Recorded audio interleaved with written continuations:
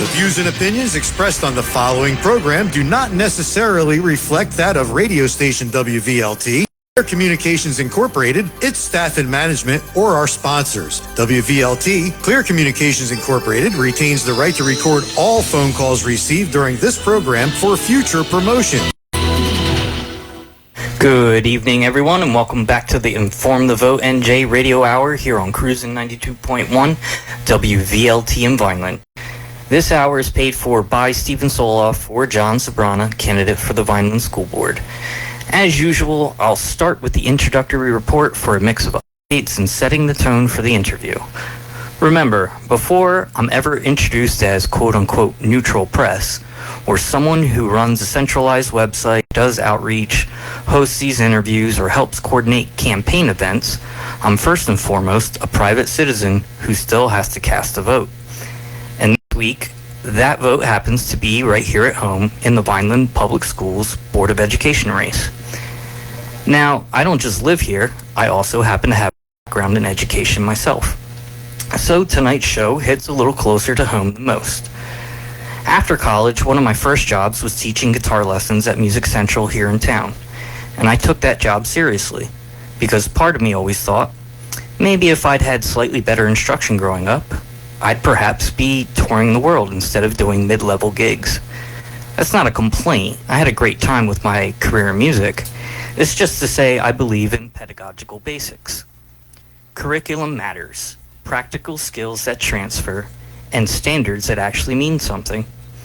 Over the years, I've also taught ESL online for more than 5 years, subbed in Buna, and even helped Coach Kenny at Airborne run parkour classes for kids. I've watched Chinese kids go from never having even seen a white person at 3 years old to fluent in English at 6 years old.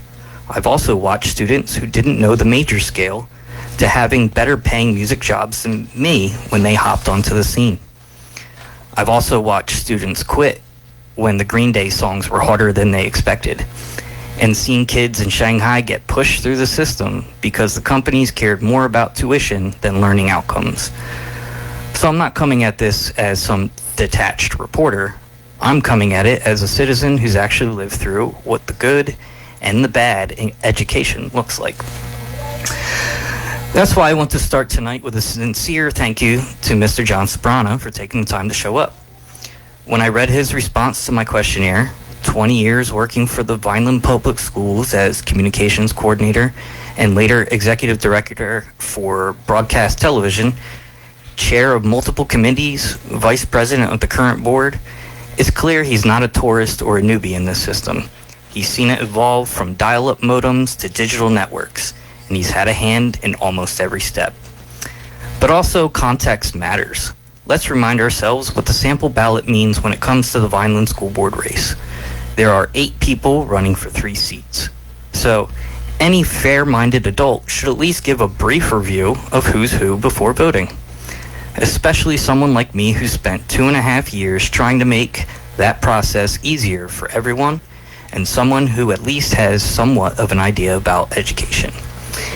Here's where things stand from my vantage point. Isaiah White and Charles Peel, no real advertising, no responses to outreach. Basically, I have no idea who they are. Nicholas Fiocchi, plenty of social media ads, seems popular based on the likes and shares, but after all the outreach, he later reached out to me with, "Let me know if you have any questions." I asked him if he had gotten my email, and that was left on read. For those of you not up to speed with modern text message jargon, that means he saw my response but never replied.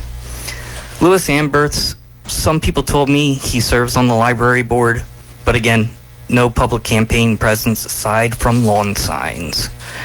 Francisco Santiago, he gave a solid response to my questionnaire, but scheduling a follow-up pre-interview turned into a game of phone tag. Some of you might be wondering what a pre-interview is. It's when people who want to meet in person so that they feel comfortable before the actual interview. And that's fair enough, but you actually have to pick a time and do it. Either way, his basic messaging is on my website for your review. Makima Douglas, she answered my question, did a man on the street interview at the Food Truck Festival, and recently went on Commissioner Albrecht's radio show. fairly solid in terms of getting the message out, so you can review it. Luz Vasquez, she thoroughly responded to my questionnaire, promptly scheduled a radio interview, and consistently participated elsewhere. A very solid campaign for her. So now, I try not to do endorsements. That's not really what InformTheVoteNJ is about, but I think there's an ethical space for candor after 2.5 years of civic legwork. Reading through the available materials, my honest early guess is that John Sbrana lands near the top 2 or 3 candidates even before this interview begins. Because if only half the field has provided anything reviewable, then I'm left choosing among the few who actually showed up. That's not bias. That's just a reality check from a voter who's trying to make a responsible decision with the information at hand. So tonight, we'll dig deeper with Mr. Sbrana into absenteeism, engagement, safety, staffing, and what it means to build a school system that students actually want to be a part of. Again, this isn't coming from some overworked journalist in a big city newsroom. It's coming from a former educator, a Vineland resident, and a voter trying to make sense of the options in front of him. So, let's get started. Welcome, Mr. Sbrana. Thank you, Stephen. Thank you for having me. Oh, and thank you again very much. It can be a little confusing for some of the younger guys like me who haven't shown up to all the school board meetings and poked their head around the political scene over the years. So even a little bit of conversation and illumination of what's going on, who you are, what your basic campaign message is, it goes from being totally in the dark to being fairly confident about what you're trying to do. Well, you could say that education is in my DNA. I grew up in a home where education was stressed very strongly. My parents were first-generation Italian Americans, both immigrants, and I grew up in a house where you were expected to go to college and become a professional. Both of my sisters are teachers. One was a math supervisor at Clearview Regional for 30 years, and my other sister, June, was a English teacher at Vineland High School from the day it opened until 1965. Oh, wow. Oh, this one? Oh, this one? Directly through your mouth. Oh. Okay. Had to get a little microphone adjustment. Yeah, there you go. Sorry, some technical difficulties here in the station. But yeah, you were describing about your family. Right. And if you ask me why am I running again after 10 years on the board, of course, people at home can't see this, but I have a little bead bracelet that was given to me. You might be able to, if you want to. Yeah. By a student in a classroom where I was reading during Read Across America Day. And after I was done, she came up to me in a very, very small voice and she said, I made this for you because my teacher said someone was coming important from the school district and I wanted you to have it. I wear that, not all the time, but I wear it a lot when it reminds me what I'm doing there because I'm there for the kids. Yeah, sure. That kind of reminds me a little bit of why I used to teach. You know, I spent a lot of time practicing my guitar in my room and went to college, did all this stuff. And then when I graduated, one of my first jobs, as I mentioned in the report, was teaching guitar lessons at Music Central. And I just remember going as a student who really loved playing the guitar but not knowing much about it and struggling to put all the pieces together. You know, how do I hold the chords? How do I listen to the song and make sure I'm playing all the right licks and all this kind of stuff? And I always just wanted to make that process easier for the students. So, you know, it's important that people go into these positions with the right mindset. I remember my older sister, Marlene, telling me when I got this job, because I've done some other things. I worked at the Daily Journal newspaper. I worked at New Jersey Public Broadcasting back in the film days. I had my own video business for a while. So by the time I came into this job, I was a pretty well-made and well-traveled man. And I remember my sister telling me, this will be the job you will remember the most and you will love the most, even though it'll be the hardest. And she was so right, because the most rewarding experience I ever had was working with the high school kids in the TV program and seeing them learn and do great things was just really was the most incredible experience that I ever had in any job, and well worth the struggles and the disappointments of working in the political world and having to navigate all the problems of the school board. Sure. Is there maybe like a connection about how your time in broadcasting and all that translates to the school board? I think I thought I was pretty well prepared to go into the school board, because there's a lot about being a school board member that has nothing to do with being the person guarding the district's image. Sure. And there were a lot of things that I didn't know, because the first day I was hired, I said, listen, I came from a media background and I don't lie. So if you have something that you want to keep from the public, don't tell me, because I want plausible deniability. That should be my new line. And actually, I do say that to some politicians or candidates. It's like, are you sure you want me to be here right now? Because I have a mouth, right? Exactly. And that is something that they were startled to hear, because I think that they expected to pull you into the circle and then tell you, okay, you can do this and you can't do that. And I said, no, don't do that. I want those reporters to know that I'm telling them the truth. And if I don't know, then I can't tell them. Right. And that's the way it worked. There weren't that many occasions, because I think people, their intentions were good, even if they didn't have a good idea of what was going on. And I remember one of the first tragedies that we had. I wasn't on the job for 2 months when there were two students. One killed his best friend and then killed himself. Oh yeah. It was a murder-suicide pact, and they did it behind a school. And the superintendent at the time called me into his office and said, "Listen, it's Friday. I would like to keep this like a lid on this until Monday, when we're going to letter home to the parents and let everybody know what really happened and what we're going to do about it." And I said, you must be kidding me, right? Oh, man. And at that very moment, the principal of the school called and said that the Action News helicopter was landing in the field like down the street, and there were already about 10 reporters there. So, and I spent the next 30 hours dealing with that. So that was my baptism by fire, but it also was a lesson that there are no secrets and there are no conspiracies of more than one. Right. So that was a tough part of the job. I'm sure it was. So then, let's see.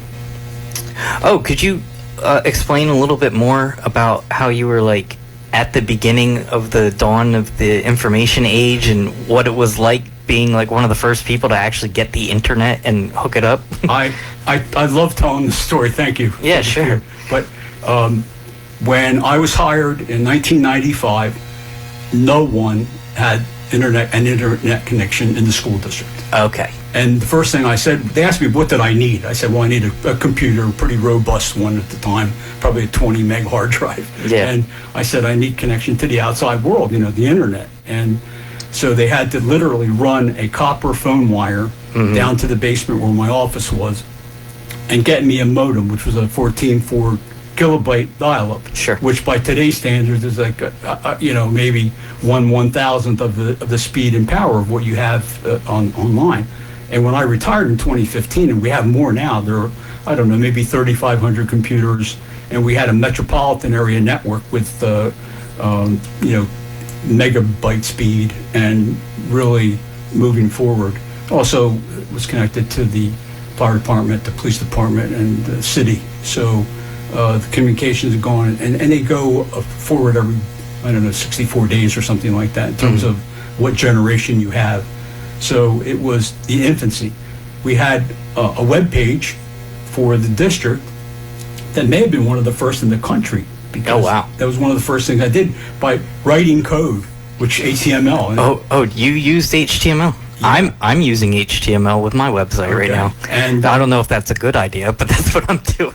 And it's funny because I got an email when email started coming in from the webpage from a woman who was a librarian in Melbourne, Australia. Okay. And she wanted to know if I could connect her 11-year-old niece with a 11-year-old girl from Vineland who had a horse and was interested in equestrian stuff. So they became pen pals Sure. and got to be a fairly significant news story at the time about how the world was shrinking because of these two kids. Yeah. And the woman and her husband were very, very generous, and they invited me to go visit, which I had always wanted to go to Australia. And so from that, I got to go there a couple of times, and it was really, really a good experience. And I still hear from them occasionally, but they're both retired, and so am I. That's awesome. It's making me think of when I was growing up, and I think it was at Rossi. We were having our computer classes, and we would all gather around when the teacher would leave for like 2 minutes, and we would get on the instant messenger and like find somebody random to talk to and see where the conversation would go. That's one of the issues that's gone back and forth so many times, where there are people, well-intentioned people, who think that you should have everything, all the devices locked up, and nobody should. And then it's BYOD, bring your own device, and the Wild Wild West, and everything in between. I mean, you have to have lanes, and you got to have guardrails for kids, obviously. Sure. But I'm sure that there was a lot of that going on, especially in the beginning. So. Oh yeah, we gotta learn by doing. Right, and we don't have computer labs anymore. It's all infused into the classroom experience, and that was something that came all the way one way and swung all the way back to where you don't go. It's not a pull-out subject anymore. It's part of the regular curriculum every day. Very interesting. And then, before we move on from your background, one of the things that, as I guess I could call myself an average voter, when I'm looking over my choices, I personally place a lot of value on incumbency. As in, you said you've already been on the board for about 10 years?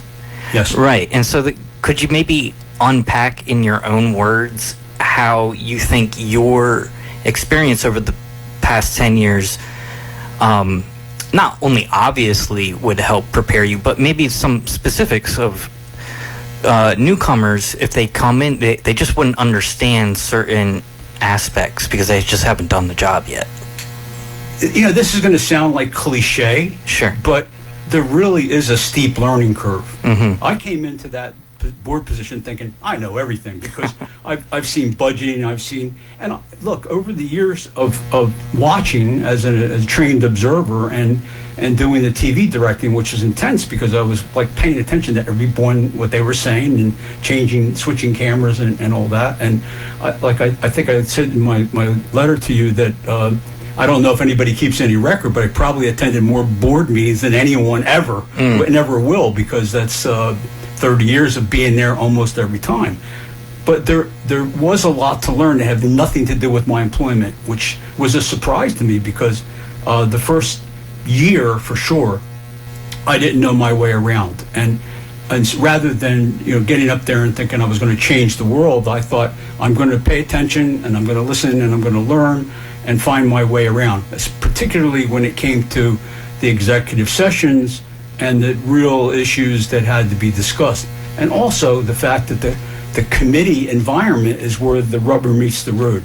That's where most of the work, that's actually done. And we migrated to that because the board meetings were too long and we had 2 a month and it was too much of a time commitment. So it was better to have a bunch of 1 hour committee sessions where people could talk about personnel and facilities, transportation, security, safety, and there was even one for communications for a while as we were evolving equipment-wise.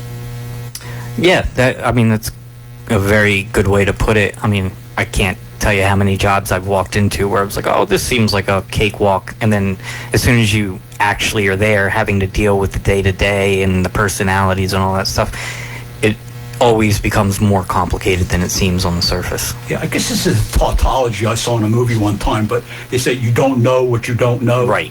And it took a while, and I probably by the end of, I served 1 year as a trial because it was an open seat, and I took a shot at it, and I was pretty surprised to win, and after the first year, I started to get a little bit of an appetite for it. So I ran the second time for a full 3-year term, and then I was off and running. Now they seem like they can't get rid of me. Yeah, you had mentioned you weren't even sure you were going to run this year, and then I don't know what happened, but you threw your name in at some point. Well, my wife had a health issue, and so we weren't spending winters in Florida anymore. And there were a couple of things I felt weren't finished. And I alluded to them also, the couple of major issues that I wanted to work on. And last year, I was chair of the Personnel and Policy Committee, which is very near and dear to my heart, because I'm one of those guys that believes that you hire the best person for the job. And the first question you ask is, what are their qualifications, and not who do we like? Oh, sure. I mean, that's how I think, too. Yeah. And so that's an easy sell in some cases, because there's some people that are just so good that it's easy. In other cases, you have someone come in from the outside and they're a real rock star and you want to hire them as well. And, high quality student achievement comes from high quality education, and we want to have the best staff that we can possibly have. And that's my mission right now, is to keep that going, because I thought we made a lot of progress this year. Okay, great. So then let's move along to some of your high-level vision, I guess you could say.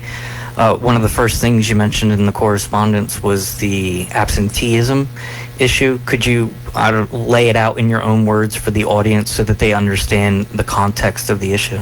Well, kids can't learn if they're not in their seats.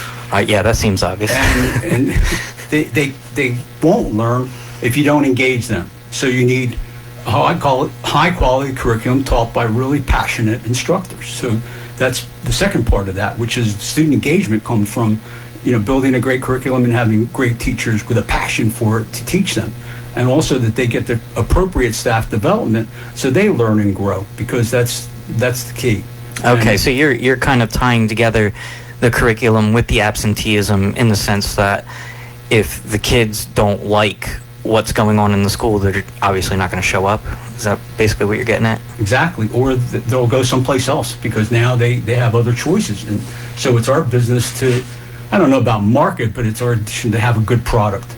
Sure. And the third part of that is parent involvement. And I'll give you, this is anecdotally. At the end of every school year, we had a banquet where the kids that were Magna and Summa and Cum Laude scholars they'd go to a banquet, and their parents would be there, or their guardians, or whoever that it was. And of course we would videotape that for broadcast. And I literally would take a handheld camera and walk around and say, and the MC would say, now's the time to thank your parents, and introduce them.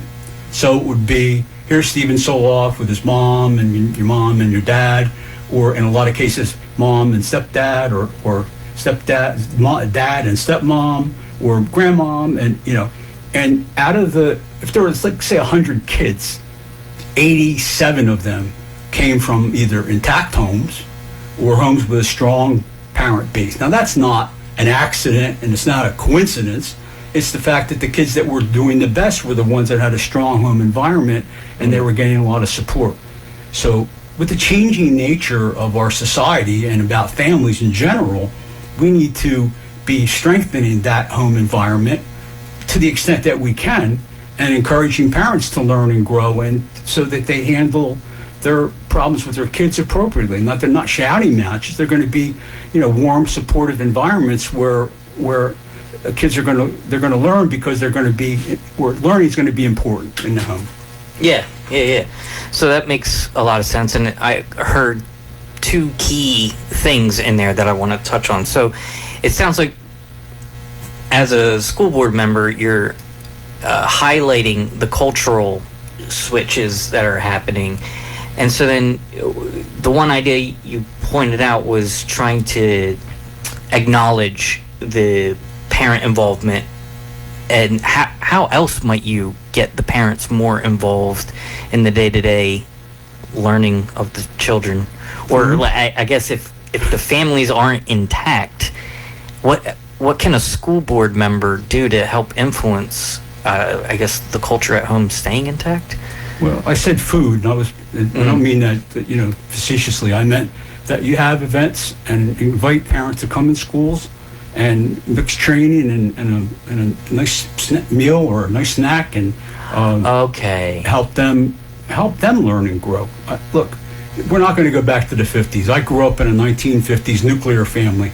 My mother did not work. My mother was a homemaker, and she took care of the kids. My dad had his own business, fortunately, and we weren't rich, but we were okay. And so, when I came home in the afternoon, it was milk and cookies and do my homework and do my chores and that kind of thing. And unfortunately, that's not the way it is anymore. It takes 2.5 salaries now to keep a home, not 2. And so most mothers have to work, and they have to balance that with what's going on at home. Mm-hmm. Families do not stay intact as much as they did back in the day, and so we have to deal with that. So a lot of energy and resources in schools are focused on social service issues and social service activities for kids, and that makes it difficult. A lot of kids don't get good meals at home. Mm-hmm. And what they get at the breakfasts and lunches that they get at school, they're not a matter of convenience or an extra. It's vital. And so we have to do it. So you're basically saying when you hold events for parents and students, you want to make sure that there's food there to entice the parents to show up, and that way it gets involved. Yeah. But then beyond that, throughout the school day, because people are in need so much, we need to ensure that breakfast and lunch is being provided at school. Yeah, I remember a mom telling me one time, we were talking, single mom, and struggling with a teenage son, and she knew I had 2 boys that were in middle school, and she said, I just don't know what to do. I'm throwing up my hands. I said, I don't have the owner's manual either. No, sure.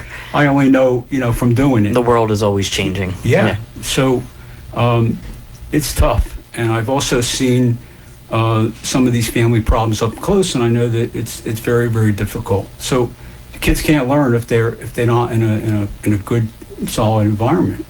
Right. It almost sounds like a Maslow's hierarchy of needs type thing. The kids can't learn if they're not fed. Right. And then the other part of that I stuck out to me was the curriculum. So then, as an educator or former educator myself, could you help explain maybe what the current curriculum kind of looks like and your vision for how that would improve moving forward? Well, I've seen so many changes in the curriculum over time that sometimes I'm impressed and sometimes I'm very disappointed because of the way it changes. I know we have the strongest possible curriculum based on the research that's available now, and I believe that it's always evolving. And I like the way we're starting to slide a little bit more towards some vocational programs, because I would agree with that. They are important. And not everyone needs to have a college degree. We need plumbers, we need electricians, we need carpenters, we need farmers, and we can't have a strip center on every corner. Right. I'm really excited about our Future Farmers program, which is brought back after decades of being moribund, and it's really starting to take off. In fact, the other night they had the trunk or treat at the high school, and I went over there just to snoop around, and I saw the FFA was there, and they were giving out candy, and they were talking to the kids, and they had a couple of displays. They have a beautiful greenhouse over there that was just completed, and it's really a program that's going to take off. And eventually, we're going to have a farm off of Brewster Road in an area back there, which is the next phase of that program. So that's just one. Yeah, could you focus on that for a bit for me and the audience? So you're saying there used to be a program called Future Farmers. And so what specifically is that process, going from like a student starting in that program to what the eventual goal looks like? Well, they, in a lot of ways, they want to expand that into not just farming and crops, but food science, which is another whole area. I saw Rob Bono post something about that the other day. Mm-hmm. And also food preparation and food marketing and restaurants and grocery stores and anything to do with the food chain, and that's going to be a really important issue in the next 30 years. And we're in it all the way now, which is good. And it's just we've had an auto technology program for quite a while now, and it's also very good because, gosh knows, we need more people repairing vehicles. My son managing a small shop right now, and he said that more people are keeping their cars and trying to keep them on the road, and it's a lot cheaper than getting a new one, especially in this environment that we have. So, those are things beyond, and I think we should be spreading and stressing the basics too of being strong math skills, reading, and being able to communicate well.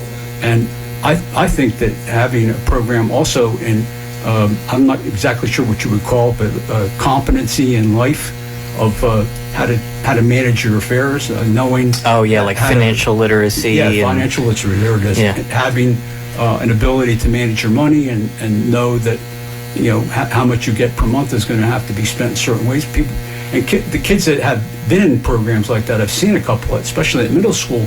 They have no idea what things cost, and when they start looking at it, they're saying, "Gee, I'm not going to have that much money left at the end of the month." Sure. Yeah. So they run out of money before they run out of month. So that's another area that I think is going to have to be expanded over time, and it's exciting to see that the changes that we make will have influence on people's ability to make money and also to support themselves and to also be productive parts of society, and not having to be dependent on programs of assistance. Yeah, I'll piggyback off of that with some of my own experience in the music education and music field. First, focusing on the core skills is a big thing.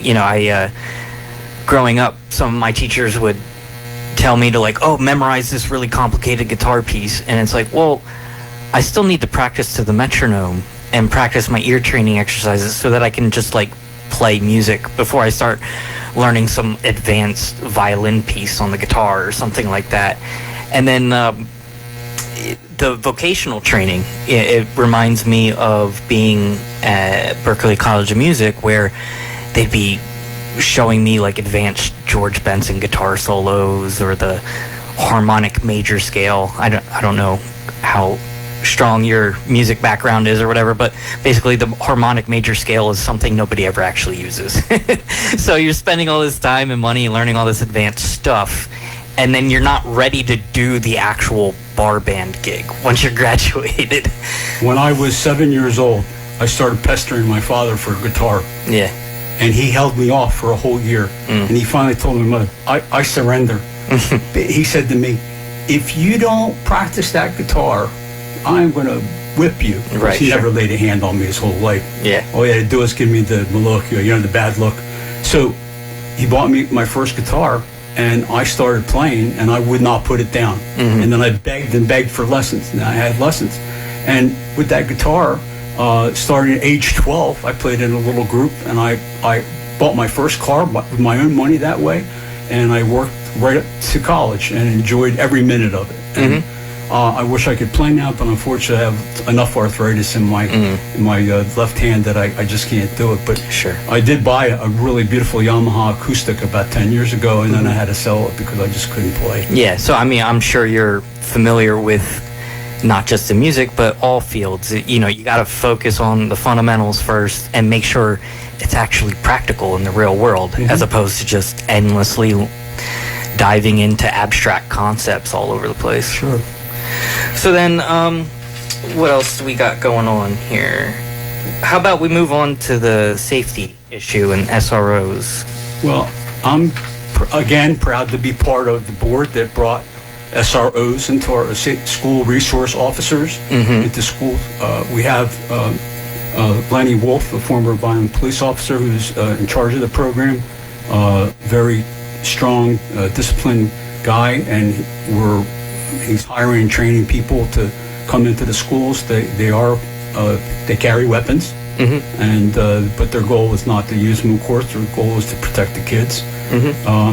And we also are, he's in charge of training the rest of the security force so that they are competent in being able to handle what's happening in our classrooms. And I think it's something that was talked about, and always was a financial issue, and with the way the world is changing, there's another old chestnut there that says, in any school, any day, it can happen. Yeah. And I think about, before I retired, it was maybe a year or two before, a girl was walking down the hall at Vineland High School, and she said that, now we didn't have SROs then, and we had just regular security officers. She said that she heard a boy say that he was having a problem with this other boy, and he was going to take care of it today, and he had a gun with him. So fortunately, the girl walked right into the principal's office and told Dr. McCann, what was going on, and they took care of it right away, and thank God nobody got hurt.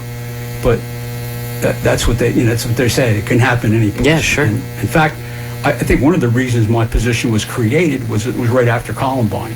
And everyone was scrambling around trying to figure, well, who's going to handle the media? What are we going to do when, ABC gets here and satellite trucks, and no one knew how to handle that. And it was an actual, almost a field that had to be developed. And we had a state and a national organization of school public relations officials. Most of them were former journalists who learned how to handle this by doing it the hard way. So. Yeah, sure. And then, so how's that going so far? Like, are the numbers of SROs at a good level?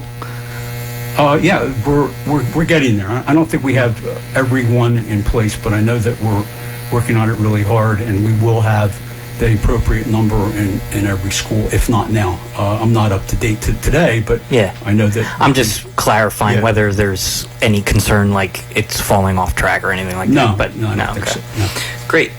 And then you mentioned facilities and infrastructure, as in some of the new buildings need to be maintained, and then the older buildings need to be looked over to make sure for any renovations and stuff like that. Can you dive into that a bit?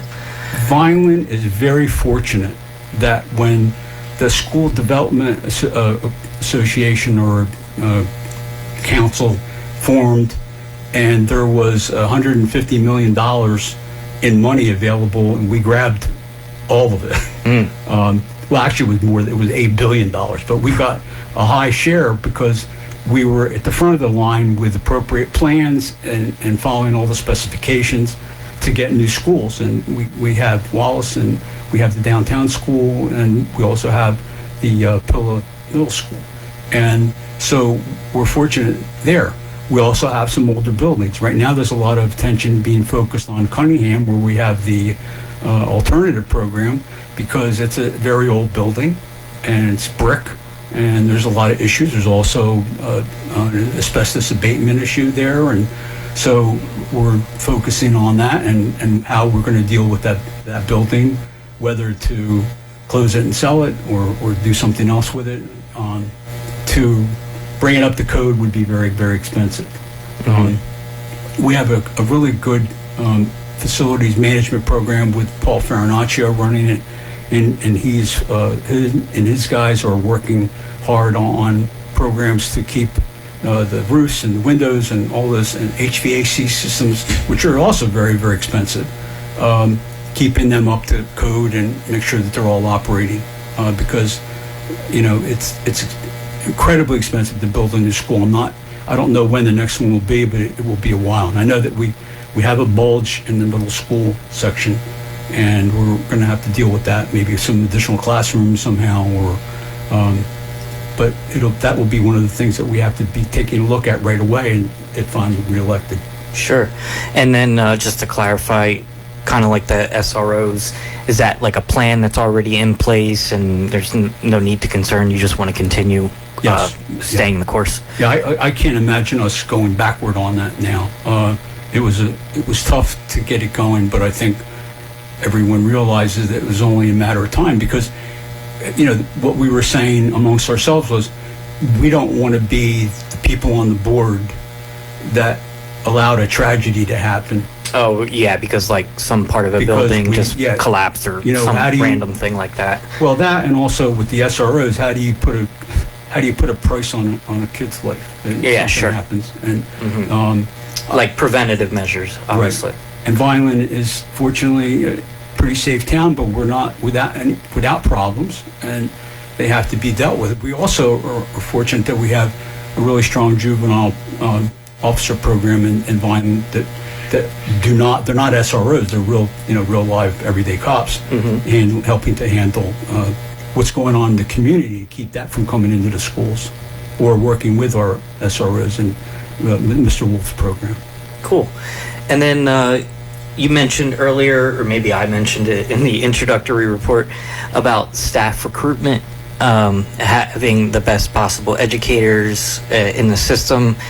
Do you have a specific plan in place for that right now, or do you just kind of field applications as they come in? Can you unpack what that looks like? Sure. Well, first, another anecdote. I worked at the Daily Journal, the Vineland Times Journal, all the way back to when the Leuchter family owned it. It was a family newspaper. Then they sold it to the Detroit News. And then the Detroit News was part of that 80s split it up and sell it thing with, that was going on at the time. And it wound up in the hands of Norman Lear's group. And the newspapers were sold to Gannett. Okay. And I literally had the experience of a guy coming into my office and saying, you can't stay in this job. I was managing editor for all 5 papers. Okay. And he says, you're not going to be able to keep this job because you're not a Gannett guy. What does that even mean? It means that you can't get here from here. You have to come from someplace else where you got trained. I said, well, how about I live the life of the person who did the job, right? Right. And I said, well, suppose I don't want to leave. Yeah. And he said, well, we're not going to fire you, but what we'll do is we'll bump you down to buck private copy editor or some stuff like that and cut your salary by 50%. And, but we really would hate to do that to you, and we'd hate to have you be around and everybody wonder why you're not the boss anymore. So would you paint such a purity picture? Let me pack up my stuff and get out of here. Sure. Which I did. Yeah. So my point is that if you come to work as a teacher in Vineland, that you should be able to be encouraged to learn and grow and be trained appropriately with staff development programs that are proven to work, and not just, that you have to do it so you just go, and that there's a clear path of advancement for you if you have the skills and the talent and you want to, because not everybody wants to be an administrator. It's a difficult job, and I can understand why somebody would say, no, I love the classroom and I love the kids. When I found that out, I can get it. So that's what we want to do. But you have to have a path for the people that do want to stay, and they want to be principals and they want to be administrators and aspire maybe to be a superintendent. But I don't want really good people to be driven out of here either by accident or on purpose, so they go someplace and be a rock star somewhere else. Sure, yeah. That's number one. And if I'd have to say, why am I running again, that would be it. But I will stand on the table and holler if I have to that we don't discourage good people, because I've seen it happen too many times in 30 years, and I'm really tired of it. Sure, yeah. And I guess then the follow-up question would be, are there appropriate plans and programs in place right now, or is that something that's being worked on? Well, it's not so much a program as it is a process. I mean, when I tried to get into every interview that I could so that I could, listen and learn about people at some levels. You mean like a hiring interview? Yeah. Okay. At some levels, board members are excluded, and I can understand that, especially with the top-level administrators and such. But at the principal level, I think that's pretty important. And for good or not, having been around all these years, I know a lot of people, and I know a lot of people from the community. So when someone comes in, it isn't necessarily baggage, it's information that I might have and say, I know that this person is a good performer, and they have a good reputation, and people talk well of them, so they need to be encouraged. And also, listen, that doesn't just mean Vineland people, because there are people that come here on interviews from other districts and from other places that are really strong too, and I don't want to discourage them. And I want the best person available. And if that happens to be someone from outside, we really have to consider that strongly. But if it's even close, I heavily lean toward the local person. Yeah, sure. You want to develop the community and make sure that we're strong, and there's also a sense that we're looking out for each other, right? You know, You grew up here, you went through the school system, you can apply your talents here and thrive. I hear that from lots of candidates. I think it's a good sentiment. So then, that's a pretty good picture of your overall vision. So then, one thing that I usually do with a lot of candidates is put forward my 3 advocacy ideas. Although, before I do that, because this is your hour, is there anything else you wanted to mention before I move on? Well, one of your questions was kind of provocative about party affiliation. Okay, sure. I consider myself an independent. Mm-hmm. I'm a registered Republican, and I voted for a lot of Republicans. In fact, my father had a picture of Ronald Reagan in his house, and not a picture of me and my kids. But I think that I try to judge candidates the way you do on their what I know about them and what I believe about them, and so that's how I make most of my decisions. But I am really intent on seeing that we elect people that want to hold the line on taxes and have a robust economy by promoting job growth and development, and especially when it comes to new technologies, because I think that's always the way. Mm-hmm. I really appreciate that, because a lot of people, whether it's a school board race that's supposed to be nonpartisan, or like the Millville City Commissioner's race, which is supposed to be nonpartisan, if you're paying attention to these kinds of elections for more than 5 minutes, you know that people have their ideologies and their affiliations. So I appreciate you volunteering that. Your other question was, how could voters distinguish me from other candidates? Well, beyond obviously my experience as an employee and 10 years in this job now, which means I'm certainly not the longest serving school board member, but I'm kind of getting up there, and this for sure would be my last run, because my wife and I want to do other things, and sure. I want to spend more time with my grandchildren and travel and all that good stuff that everybody else wants to do if I'm blessed with good health. And I think that my service this past year on the Personnel and Policy Committee has been one of my proudest achievements, as well as helping to push forward our acquisition of a third iteration of a broadcast television truck that we use as a mobile lab, mm-hmm. and also for doing broadcast events, football games, parades, board meetings, all those things that we did before. 400 hours a year of programming, live streamed, and the engineering company that did the work said it was the only one of its kind in the Northeast United States that a school district had. Oh, wow. But more importantly than that, it's integrated with the classroom experience of studio broadcasting. And we now have a full-up program. There's not room for no kids. So wait, a full-up? You mean like it's completely full? Oh, okay, There's no space in the program. Wow. Which is great, because that means that we're going to be producing generations of students that are going to have these skills. Now, I have been so far unsuccessful in placing too many kids in actual TV jobs, because going from high school, it's not a career path into ABC or even WPVI or one of the Philadelphia stations. Those people all go to colleges that have strong programs, and then they intern, and then they go there.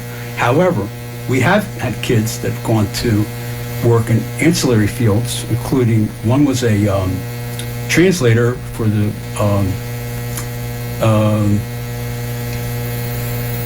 I'm trying to think of which company it was, but it was a big company in New York. Okay. And also one that was a translator at the United Nations. Oh, wow, yeah. Yeah, and a lot of kids that went into communications and did other things. So and the technology skills that are involved of engineering and running cameras and doing the audio and graphics and all those things, they're transferable to other programs. And a lot of those kids went into computer programming and some of those things. So that's that's something I'm very proud of. And it's taken 5 years to bring that to fruition, but that was because of COVID. There was a while there you couldn't buy a vehicle. Right. Or you couldn't, leave your house. Yeah, that too. And the other thing is that I am, unlike some candidates, I'm really proud of the fact that I have practically an unblemished record of attendance at school board meetings. In fact, I'm not. I'm going to brag a little bit. Yeah, go for it. Even when I was in Florida, I flew back here at my own expense, so I wouldn't miss any meetings. Right. That's a real sense of civic duty. You know, and it's because I made a commitment to those kids, and I didn't do it so I would be reelected. I didn't do it to have anybody bake me a cake. I just did it because I wanted to be here, and I didn't want anybody to say, "Oh, he was in Florida and he couldn't come and be at the meetings." No, I was there. It's just the right thing to do, right? Yeah, and I spent more time in the air. I was like George Clooney there for a while, up in the air, and I didn't enjoy it so much, but it was something that I feel was important. Yeah, and I really appreciate that that media van you're talking about, because there's a strong sense that everybody wants to be like a content creator or, sure, some kind of reporter in the field. I guess I'm cosplaying as my own form of journalist right now. But for the kids to get that firsthand experience in the field, I guess you could say, at the high school level, and then having somebody like you oversee it with such strong roots from seeing everything evolve over, 40 years or something like that? My first job at New Jersey Public Broadcasting, I'm really going back now, was to take cans of film from whatever crew was out covering a basketball game on Friday nights and drive to Ewing, where the studio was, so they could cut it up and put it on the air. Film. Wow. Yeah. Now, that's how far we've come. And I went to check the truck out the other day at homecoming at Gatone, and we were there, and I looked at the back of the truck where all the wires were, and they're Cat 6 cables. Yeah. And the last iteration we had was a 16-foot box truck, and it had these cables that are about 1.5 inches, and to pull them nobody would like that job. Right. So. And there's something I think worth piggybacking off of there, which was the driving the cans of film around.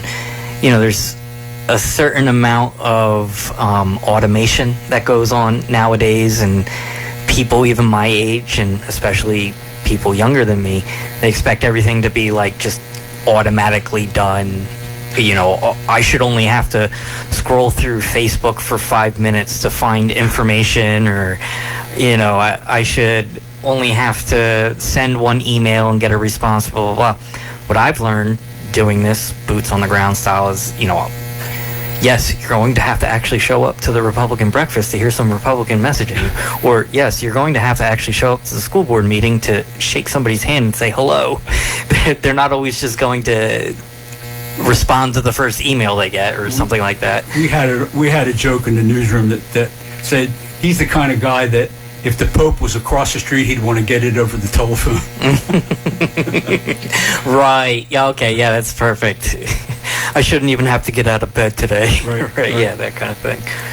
So then we only have 2 more minutes. So was there any final thoughts that you had?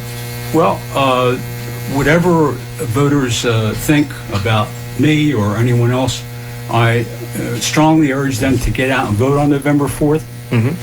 Vote for people that you believe are going to do a good job and that care about the kids, because that's what it's really all about. It is not a thankless job. I feel like all the time I've spent doing this has been well worth it, and I'm proud of what I've done, and I would do it again in a heartbeat. I never liked politics when I was a newspaper reporter, but I like this a lot more than I thought I would, and I'm glad that I did it. That's great. Yeah, and then as kind of a recap, I, again, thank you very much for taking the time to show up. Again, for people my age and younger, oftentimes a simple interview like this goes from not really having any idea who you are to getting a very clear message that you're very experienced and passionate about what you're doing.